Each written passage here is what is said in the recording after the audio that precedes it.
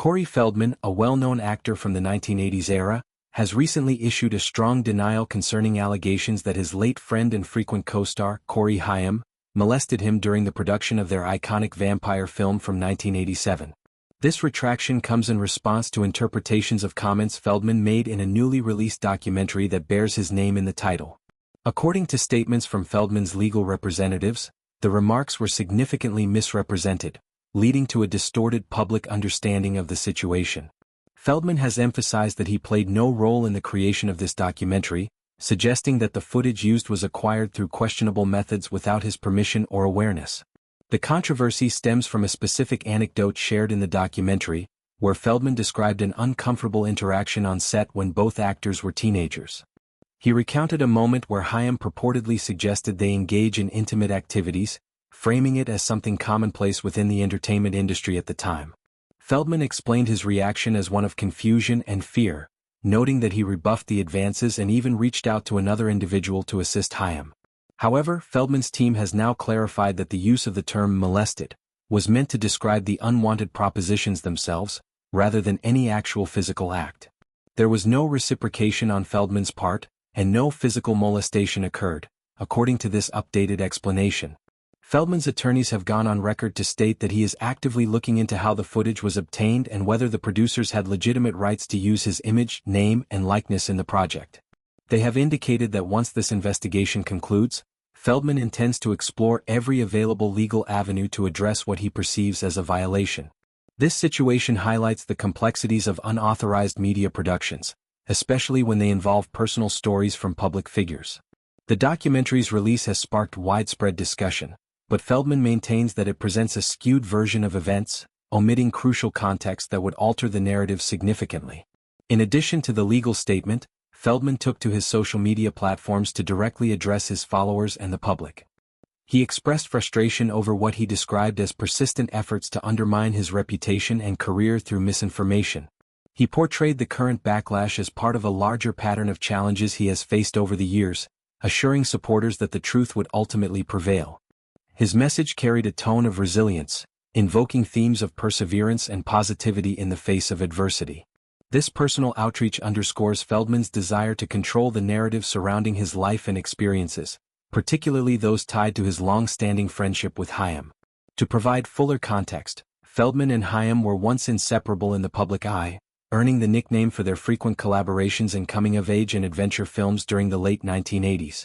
Their partnership began with projects that captured the imagination of a generation, blending humor, drama, and elements of fantasy. The film in question, a cult classic involving supernatural themes, showcased their youthful energy and on-screen chemistry, contributing to its enduring popularity. At the time of filming, both actors were navigating the pressures of early fame, adolescence, and the demanding environment of Hollywood. These factors have often been cited in discussions about the challenges child and teen actors faced during that period.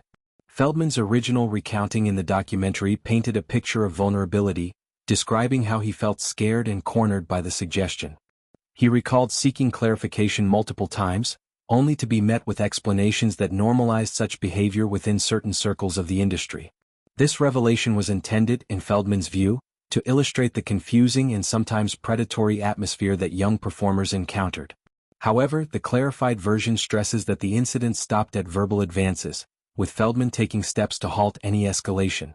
By reaching out for help on Haim's behalf, Feldman positioned himself as someone trying to support a friend rather than accuse him posthumously of severe wrongdoing.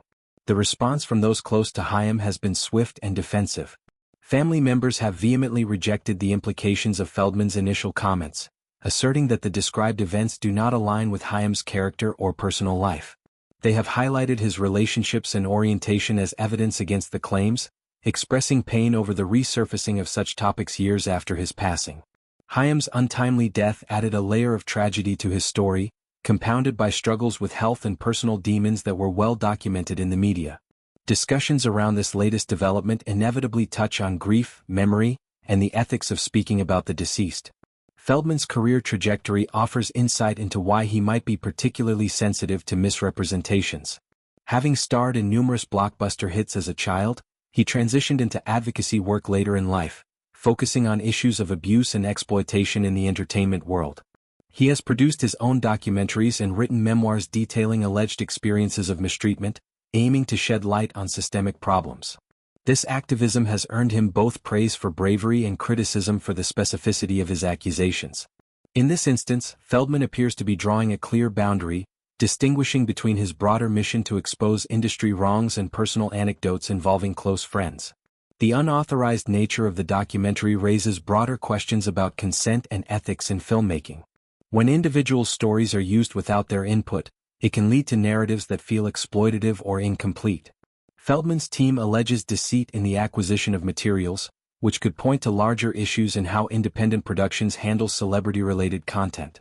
As he investigates, the outcome might influence future cases involving intellectual property and personal rights in media. Public reaction has been mixed, with some expressing sympathy for Feldman's position as a victim of misrepresentation, while others question the timing and consistency of his statements. Online discussions often revisit the duo's shared history, celebrating their contributions to cinema while lamenting the personal hardships they endured. Fans of their work appreciate the nostalgia but also recognize the darker undertones that have emerged over time. Expanding on the friendship between the two Coreys, it was marked by mutual support during peak fame, including joint appearances and shared projects that defined an era of teen-oriented films. They navigated stardom together, facing similar pitfalls like typecasting and the loss of privacy. Post Haim's passing, Feldman has often spoken fondly of him,